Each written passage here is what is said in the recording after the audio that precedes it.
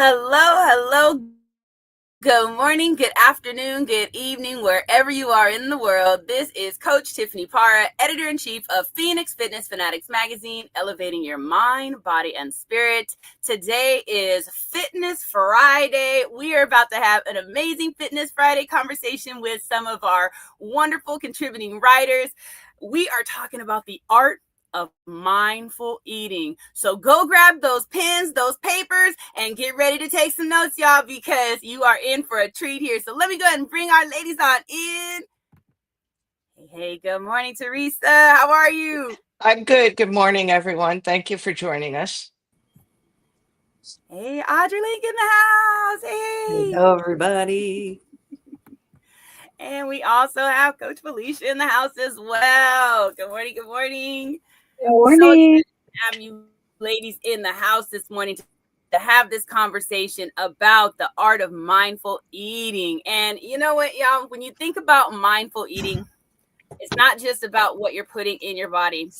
It's also about what it makes you feel, how it makes you feel, right? So we're going to dig in and just talk a little bit about, what it means to mindful eat and hopefully give you some tips that you can, implement in your life to be able to help you to release some weight that maybe you want to release or just maintain as we are aging and things are changing, you can maintain a healthy and happy you. So, Teresa, we're going to go ahead and Okay. start with you. So, what does mindful eating mean to you, and how has it impacted your approach in health and wellness?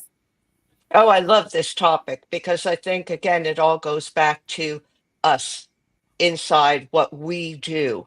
And it's not to say that there's things on the outside that don't help us. But again, if you're under stress, if you're constantly stressed, if you're constantly anxious, if you're constantly angry, or you're depressed, and I don't mean the deep clinical depression, I mean just that off, either situational or something where you just aren't that happy. So let me put it under the umbrella of contentment.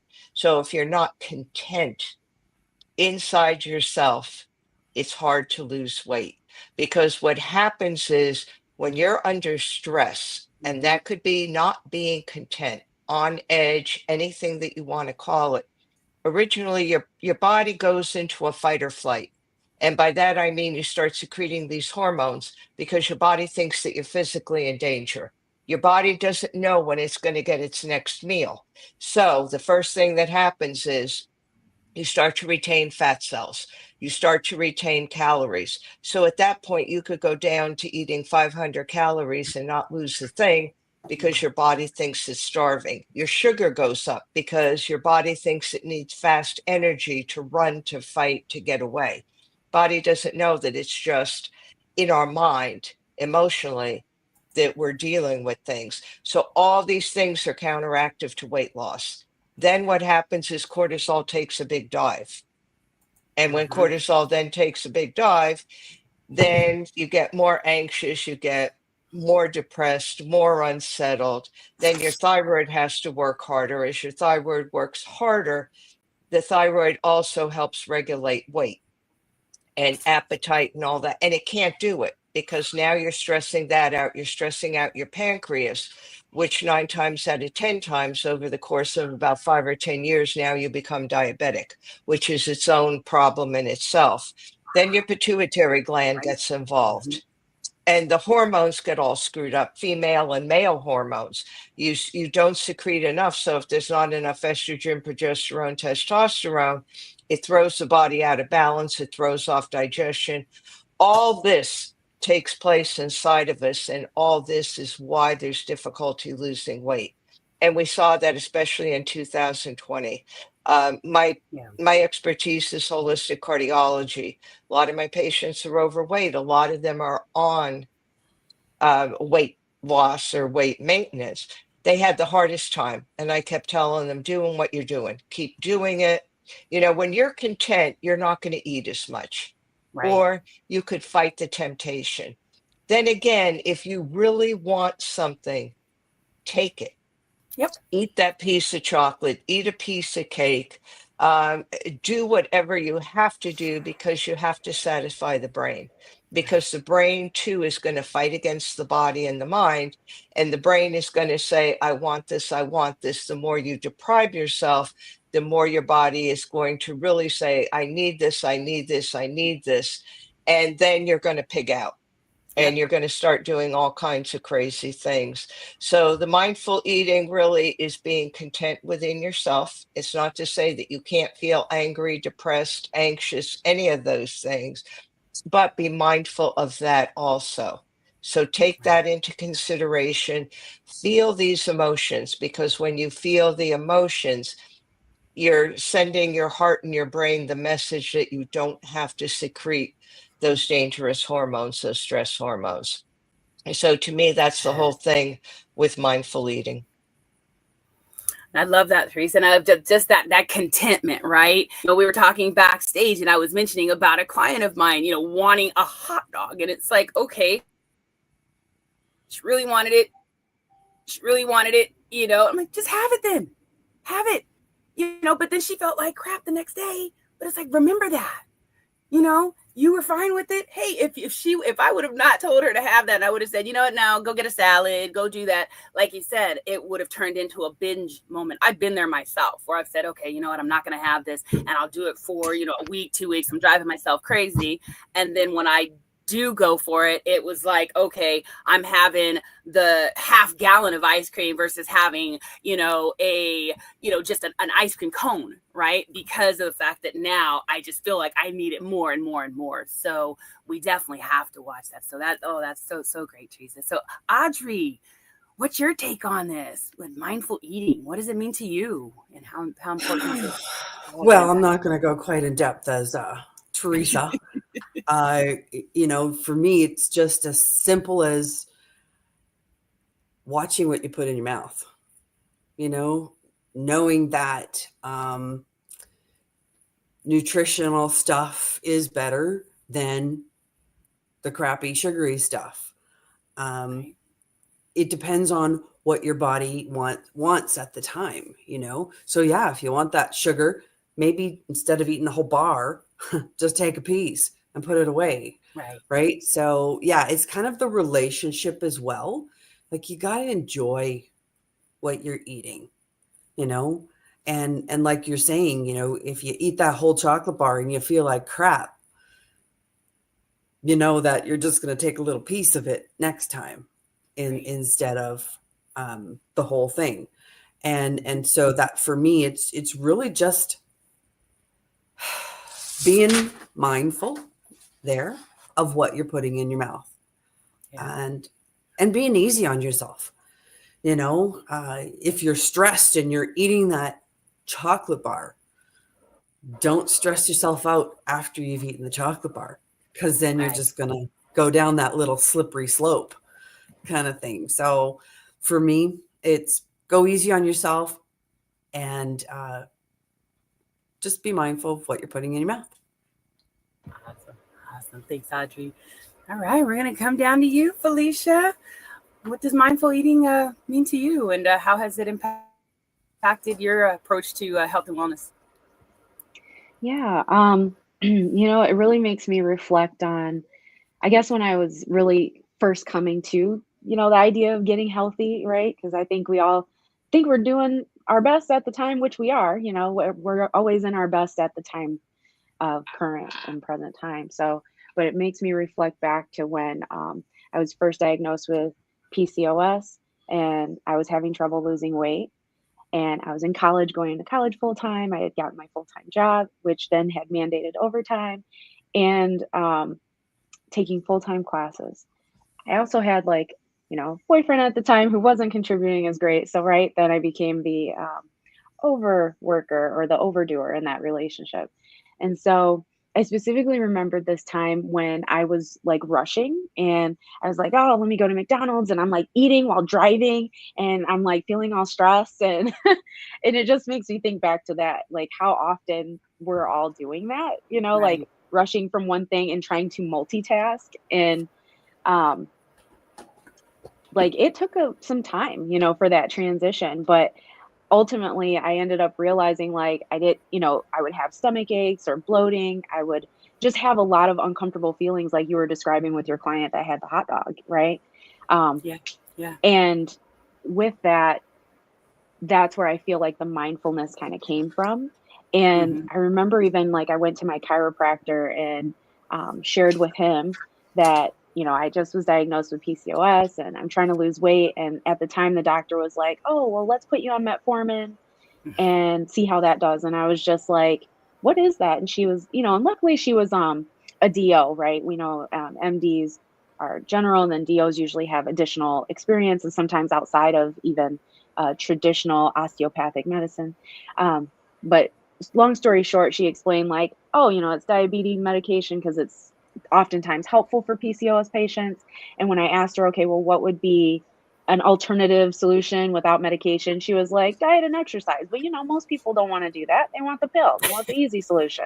And I Right. appreciate that she was so transparent with me because I said, well, I'm not that person. I want to do it in the more holistic way. I said, because I've witnessed, my mom dealing with medications and various family members that I just don't want that to start now because that tells me, longevity wise, I'm going to be on that for the rest of my life, which ultimately depreciates my longevity. So my chiropractor actually challenged me and said, how about you just try not eating out for a period of time, like just give Mm-hmm. it a week. Like, don't get any McDonald's, try and like, even if you gotta go to the frozen food section, do that. And when I did that, I had this crazy craving, like your client, where I was like, I need that double cheeseburger from McDonald's. Mm-hmm. And I went and did it. And I took, and I actually, it was because of that time that I gained that awareness, like, God, why am I craving this? Like, but I did it. And then I took a bite and I was like, that first bite was like, oh my God, this is so good. Like, you know, but then that second bite wasn't as good as the first bite for some reason. Like, I don't know why the first bite was so orgasmic, but then the second bite was like almost like, I don't know how else to describe it other than like, you know, Yeah. maybe the first time, having intimacy with somebody and you're like, it was a letdown. That's kind of what it felt like. That second bite. And then third bite, I threw up. Oh, And wow. yeah, like my body fully rejected it. And so that was really like, I guess the trigger for me that really was like, oh, dang, I really need to pay more attention to this. Mm-hmm. And so I guess that, that journey is kind of like what that mindful eating experience, like what was my triggering or turning point moment for it. Right. Right. Wow. And that's just so crazy that your body actually like rejected it, and a lot of times when we are more mindful about what we're putting in our body, if you do go back to, some of those old, bad habit, things that maybe you ate, like, I like Oreos, for example. I used to absolutely love Oreos. And if I eat an Oreo today, I can taste the chemicals in it, and it will immediately make me have that feeling of having to just throw up. I can't even do it. It's just It's your amazing how body will start just to change. exactly. It's amazing how that Mhm. transformation happens. And it's not like I really did anything, I Yeah, simply just stopped for a period of time and then yeah. went back to it. And I was like, my body said, get, Let your get body that. detox. Like it kicked it out. There was no conversation. I didn't have an Yeah, opportunity to even think about it. I opened the car door and was like, ah, and then, yeah, threw yeah. that away and was Wow. like, well, I guess I'm going home to make that burger myself. That's right. That's right. Well, this is good stuff, ladies. So look, we're gonna cut to a quick commercial break. While we do so, everybody, I am sure that you have someone that is out there that is interested in learning about how to mindful eat. What is the art of mindful eating, right? So go ahead and share this out to your friends, your family, and let's get some more people watching and let us help you balance that mind, body, and spirit. We will be right back, everybody.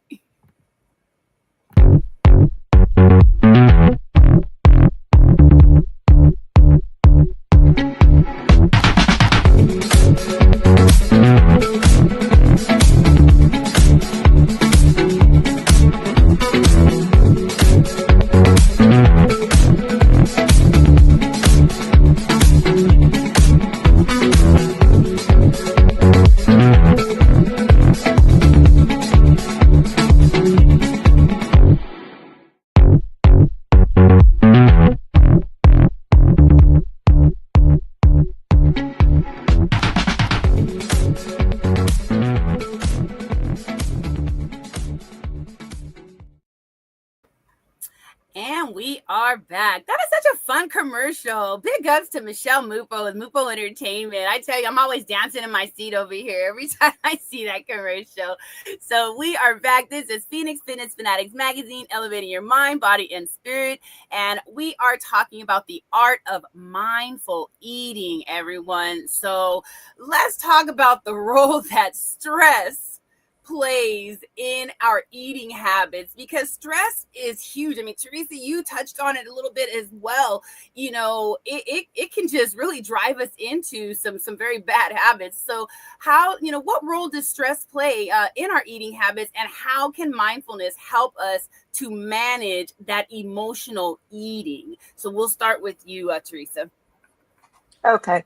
I think number one, probably about 90% of all problems with eating or conditions with eating are due to stress.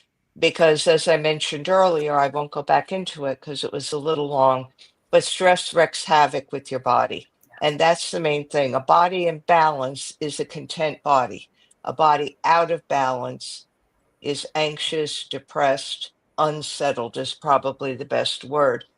So if you could maintain an inner peace and calm, and I know it's not always great to do that, it's not always that easy, but if you're overall content with your life, then you're going to be more content with your eating.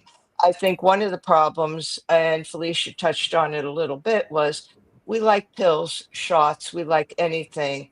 Now the big thing is the Ozempic and all those things. I'm not knocking it. I think it has its place, but I think we depend on those things too much. I was sitting one time after a tennis match in a restaurant, and one of the women on the team said to me, I just can't lose weight. I've been on Ozempic, I've been on this. Well, she's eaten a triple cheeseburger with fries and got a dessert. And I'm thinking to myself, of course, the Ozempic isn't going to work. It's not a miracle drug.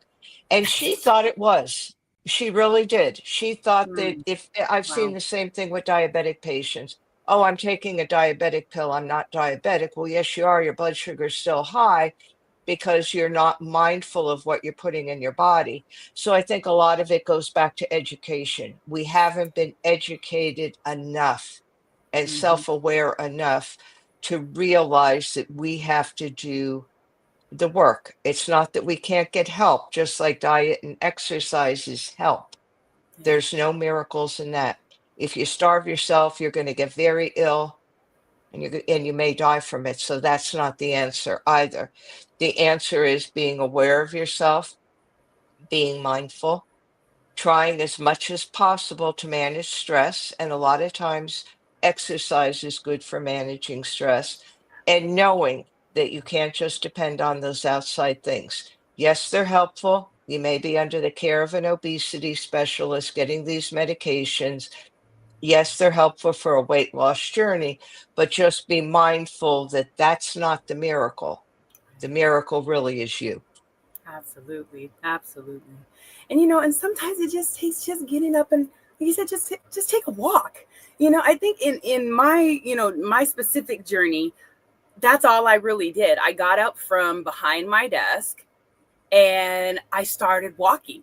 And at the time, I was also a smoker. At the time, I smoked about a pack and a half of cigarettes a day. So to quit smoking when everyone says, "Oh, you're going to gain weight when you quit smoking," right? Because that's usually what people do, and then trying to lose weight as well, I just said, you know what, I'm going to walk. And every time I would take that walk, the craving for cigarettes would go away and the craving for food. If I was, if I really was craving something, and I would just drink some water.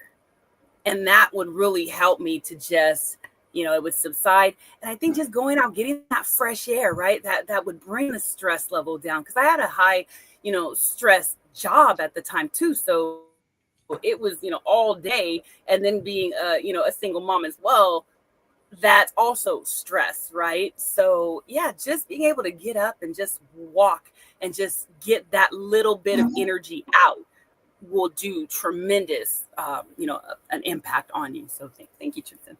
So Audrey, what about that role of stress?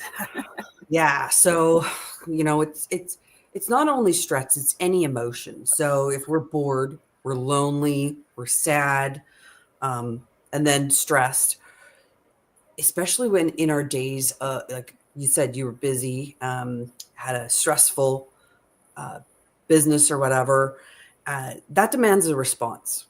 It always demands a response. Our emotions demand something, and we take action. And if that's grabbing for something that's not good, just because it's there, right? If you have an apple and you have a chocolate bar sitting beside each other, we're probably going to take the chocolate bar, right? Mind you, the two combined is really good, but we're probably going to just grab the chocolate bar because it doesn't take as much, chewing power or whatever, and it's just fast, and it helps our emotion kind of go down. For me, I used to, I never had a hard time gaining weight. Because I never did. I never gained weight. And when I was young, I was really, really active. I did everything outside. I'm a farm girl, so I did all the farming stuff and whatever. And then I had a cleaning business, so I would always be very, very active. So I never gained a lot of weight, and I could eat almost anything, right? So when you're young, you go and I'm looking at our panel here, and I'm like, yep, we're at a little bit of an older age right now. So, gaining the weight is like, we have to watch what we do. And that's where the mindfulness comes in. And so now I notice that maybe I'm in the front of the computer a little bit more. And I'm not as active as I used to be. So, all of a sudden that little bit of weight catches up because maybe I'm, picking on the wrong kinds of food.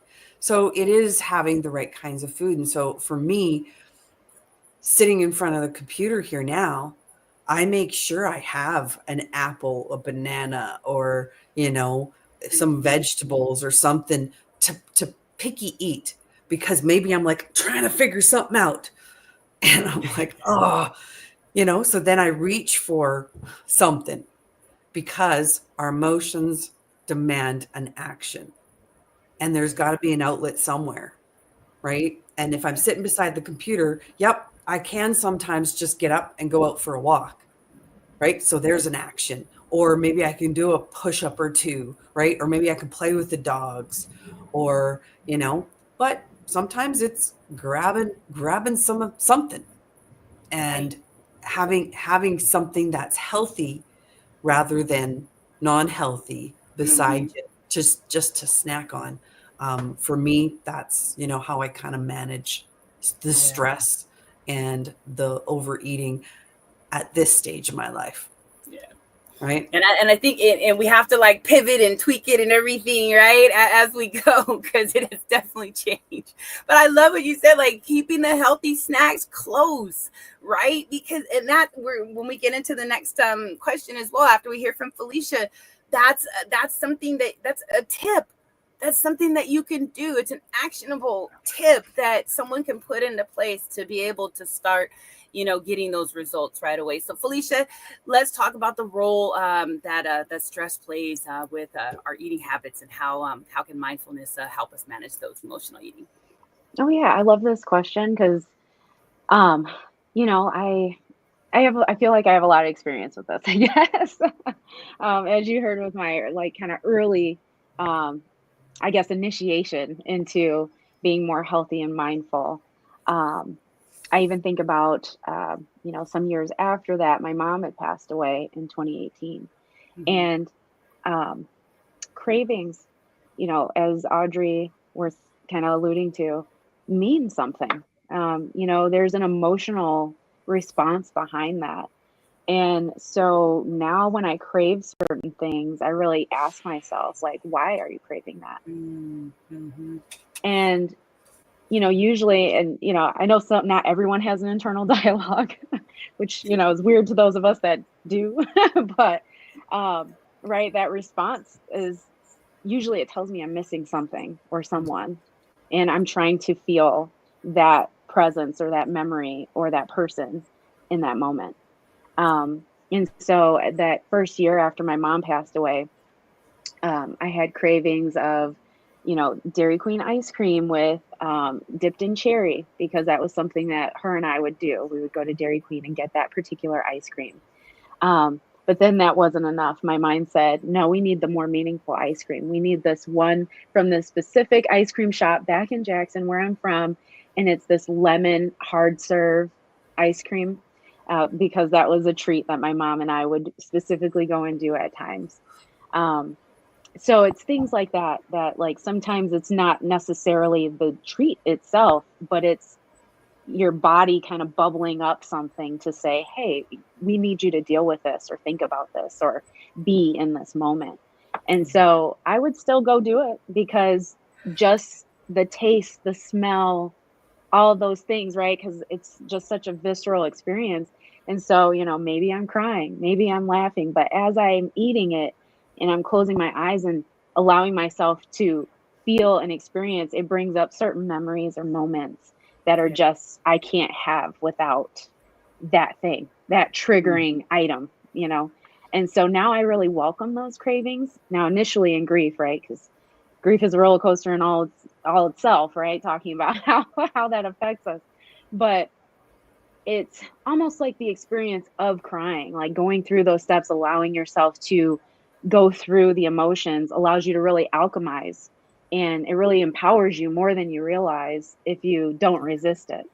Um, that just going through and having that is like, oh, it's like taking that deep breath that you couldn't get without it, like you're almost suffocating, um, until you finally take that breath or eat that thing.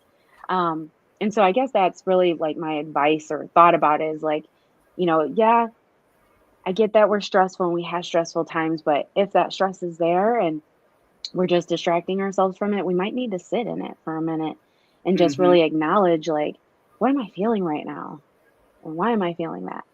And just that awareness alone can already like alchemize those stressful emotions into a sense of, I guess, presence and peace. Um, Even kind of like an emotional rebirth for some, at least for myself, I guess, speaking for myself, that's how I experience it. And then now with my little one, I feel those triggers are sometimes the opportunity to bring those memories or share those memories with my little one, since she won't have that opportunity to meet grandma. Right. I love that. Thank you, Felicia. Yeah. Right, everybody. So, look, we are going to cut to another quick commercial break, and then we're going to talk about some simple, actionable tips for someone that is just beginning their mindful eating journey. So, we will be back, everybody.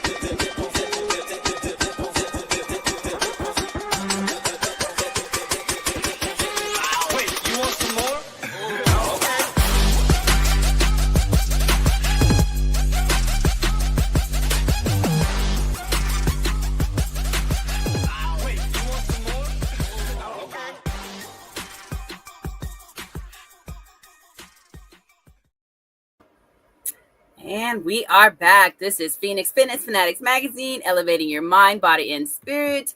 And I forgot to say, we are taking center stage on the Own It publishing platform, the Own It magazine and publishing platform. We are the #1 fitness magazine on the Own It publishing platform. So, all right, ladies, this has been such a wonderful conversation about just the art of mindful eating, right? So let's talk about some of the tips. What are some simple, actionable tips for someone just beginning their mindful journey? I mean, like, I'm going to just share just a couple of things with you, that I implemented, from coaches that were helping me when I was trying to release over 100 pounds. Okay. They said, when you're in your kitchen, right? Because if it's all right here and you can see it all, you're going to grab for it, right? So all those things that are, the bad items, right? Because when you're on a journey, sometimes the people in your household aren't necessarily on the same journey, right? They may not want to lose weight. Maybe they want to gain weight. Like I know my son through my journey wanted to gain weight. He's like, Mom, why are you taking all these things away? But I had to put them up higher in the cabinets so I didn't see them. So I didn't think about them. And I put all the things that were good for me, all of my supplements and all the things that I needed to take and I needed to implement, I put them at that eye level. And that right there was such a game changer for me. And then also implementing a food journal. You want to write it down. Write it down. And when you're writing down all the things that you're eating in a day, you can also track the emotions as well. I was able to go back and like, oh man, I ate that. Okay, what was going on? Oh, I had this deadline. Oh, I was fighting with, my mom, my sister, my husband, whatever, right? At the time, boyfriend. But I could follow that. And then I could say, okay, how could I have changed that situation? Maybe I reacted wrong. And how could I do that? So that really just put me on a whole different journey of really regulating my own emotions is what it did for me with the food journal. So if you guys are looking for a serious change, write down everything that you eat. You're going to see it's an eye opener for you. So Teresa, let's go to you. So what are some simple actionable tips for someone that's just beginning their mindful eating journey? I would say number one, be compassionate with yourself. Don't expect miracles. If you eat something that you weren't supposed to eat, okay, there's always another day. I would say instead of really dieting, to really eat half of what you would normally eat. So Mm, this way you're eating the foods you like, you're not depriving yourself, but you're only taking half of it. So that would be my strategy. The other thing is you said food journaling. That's very important to write down everything you eat because I know I did that myself and I was shocked at how much I was picking at little things, like a little bit of this, a little bit of that. At the end of the day, it definitely all adds up. And then journaling or venting if you have a friend or somebody you could vent to about something or journal. This is the way I'm feeling. Again, even when you look at your journal, you could then look at what you were eating because 9 times out of 10 the way we eat has to do with the way we feel. And I'm not saying that there aren't people with that don't have medical problems. Some do. There are some problems with obesity or conditions, I should say, where it's either a thyroid, a pituitary gland. Um, Sometimes it has to do with other regulatory systems, but that's when you're under the care of an expert that could help you with that. So again, just be compassionate with yourself. Write down everything that you eat, even if it's just, I took a piece of candy, or I did this, or I took something, a piece of popcorn. That all adds up. Journal or vent. If you have a close friend, somebody you could vent to about stresses in your life, find time during the day, anytime during the day to be quiet, 5 minutes with yourself every day, being mindful, getting to know yourself, getting a relationship again with yourself also helps you because once you're aware of yourself, you're aware of what you're doing. A lot of times we go on autopilot. And if Yeah. you ask somebody what they ate, they can't even tell you because it's like driving. You get to your destination, but if somebody asked you the actual route you took and how long it took you to get there and what the street sign said, most likely you wouldn't even know. So, we have to, all of us have to get off autopilot, and that's just sitting with ourselves, being mindful without distraction, and developing a relationship with ourselves. yes, love that. Thanks, Teresa. How about you, Audrey? What are some simple, actionable tips that you can give someone? Yeah. So the first one is definitely the same as Teresa's. It's be gentle with yourself. Mhm. This is a marathon, not a sprint to the finish line kind of thing. So take your time. The next one is slowing down. Like our days just go, go, go, go, go, go, go, right? And we are actually human beings, not human doings. So Right. slow down and just Mm, be sometimes, right? And that can then um, even stop some cravings if you're like, why am I in this, right? One of the other things is know your hunger signs and your mm, emotional hunger signs. They're different, right? So you're like, am I really hungry or am I just in the emotion at the moment kind of thing? And that kind of then um, ties into the mindful kitchen, right? So grabbing for that healthy, that apple instead of that chocolate bar kind of thing. And one thing I was reading at one time was raisins, having some little raisins, right? Because it's just a little that you can just chew on and chew through that emotion mm-hmm. kind of thing. So Yeah. sometimes we kind of just need something to it's actionable, right? Right. To work Yeah. through that. The next one was I did have journal, which was know why you're eating, kind of the motive. So it's writing it down and knowing why you're eating that thing. One other one was connect with your food. Mm, And being from a farm, it's knowing where that food actually come from. One time I was talking to one of my cleaning clients and talking to their little kids, and I'm like, "Oh yeah, you know that milk where it comes from?" And they're like, "Well, it comes from the store."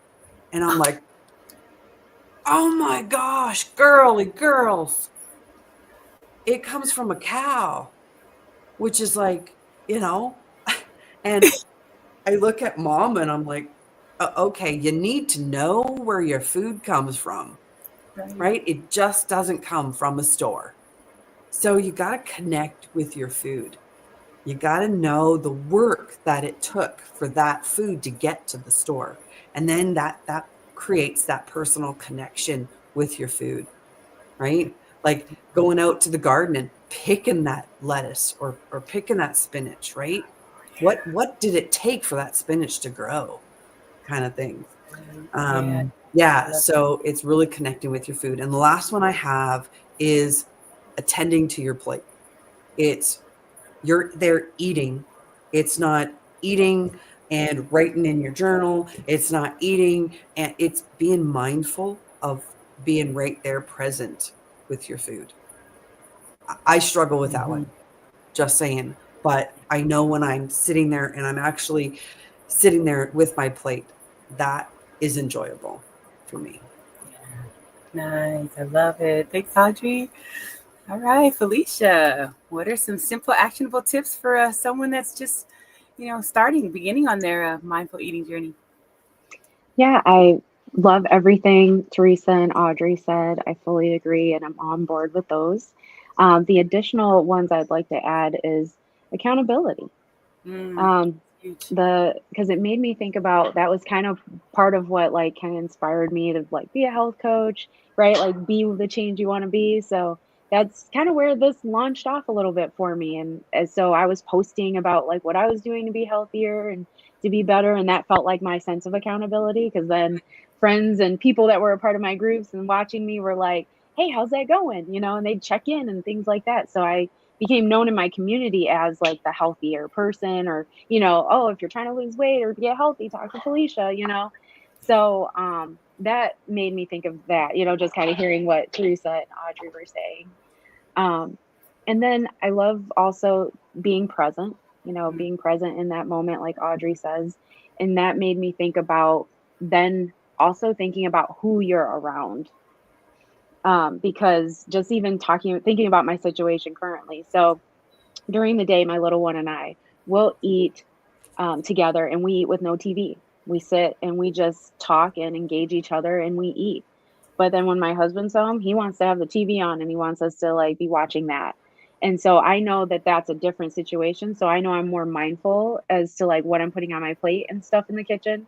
Um, I also have become what my friends and everyone coins me as is like the slowest eater at the table. So I'd say slow down, right? As Audrey was saying too, but slow down so you can taste it, so you can enjoy it. Um, I realized this because I was out with a group of friends and one of them literally said, okay, let's be on Felicia's pace because we all eat too fast. And, I felt kind of called out like, well, dang, but it's because I'm usually like engaged so much in conversation and enjoying, right, the oxytocin boost of the people I'm with more than I care about eating that like I eat. And then once I feel satiated enough, I start engaging and then my food might get cold and they're like, whereas they're just gouging, and they even say like, I just can't help it. I'm used to doing that. Like one of my friends is a military vet. So she was like, we only had 10 minutes, for anything, whether that was showering or this. And I'm like, well, no wonder, you've kind of had thyroid issues, right? Because you were in a constant state of stress. And for years. But yeah, so I would say, just kind of summarizing accountability, find that person that you actually want to share your successes and wins with that will always support you and won't make you feel like crap if you make a mistake because they've been there too. Being present, present for yourself in that meal, slowing down, but then also being mindful of like who you're around and how they will influence the way you eat. Because another thought I have with that is, and I know she means well, but another girlfriend of mine would say, like, let's say we were at a potluck and, she knows I'm mindful. So I'm like, oh, I want this, I want that. Oh, I'll have a little bit of this. And she would say, oh, girl, you can afford to eat more, And so she's like trying to put more on my plate. Like, you can afford a little extra weight. And it's just like, hold on, back up here, like, I'm eating the way I want to eat because this is the way I want to eat. Like, just kind of back off, So, being mindful of that, like, just helps you prepare on how you'll handle situations like that. Because, while I remember her saying that, I've had plenty of people say that to me. Just, because that's their mindset. And so, like, I guess one last thing related to that is also being mindful of what you've been programmed. Because that person then made me think of my mom. And when I started to lose weight, because, right, I was like 100 pounds heavier, my mom was at some point was just like, honey, are you okay?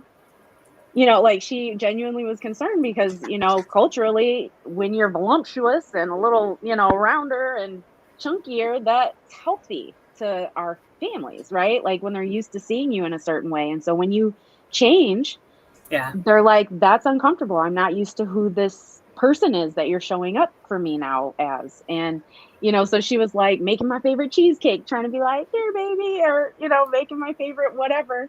And I'm like, Mom, I'll have one slice and I'm good. And then she's like, are you sure? Like, normally you're eating like half of this with me. Right. And I'm like, but I look forward to eating it the rest of the week, not all today. Right. Absolutely. Absolutely. Love it. Thank you, Felicia. Yeah. So, where can people learn more about your work? And do you guys have any resources to recommend? So, we'll start with you, Teresa. How can they learn more about your work and what resources do you have? To learn more about me or to work with me, I have a website, www.wellbeinggal.com, WELLBEINGGAL.com. I'm on Instagram at well_being_gal. Those would be, and I'm also on Facebook. You could just look up Teresa Palmer.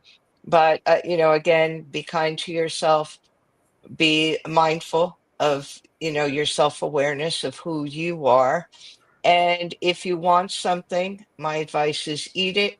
Just eat half of what you would normally eat, and know that nothing happens overnight, that this is a journey. We're all on a journey, and enjoy the journey, be mindful of the journey, and know that things take time, so don't give up. Awesome. Love it. Thanks, Teresa. Audrey. Yeah. So my website is my name, audreylink.com. Go there. I'm going to have a bunch of resources on there. My best way is to connect with me on WhatsApp at 780-202-0649. And I am on Facebook as well with my name just spelt like it is. And some resources that I have, are some metabolic, a metabolic course. So it helps you work through your metabolism and how that can help with the stress.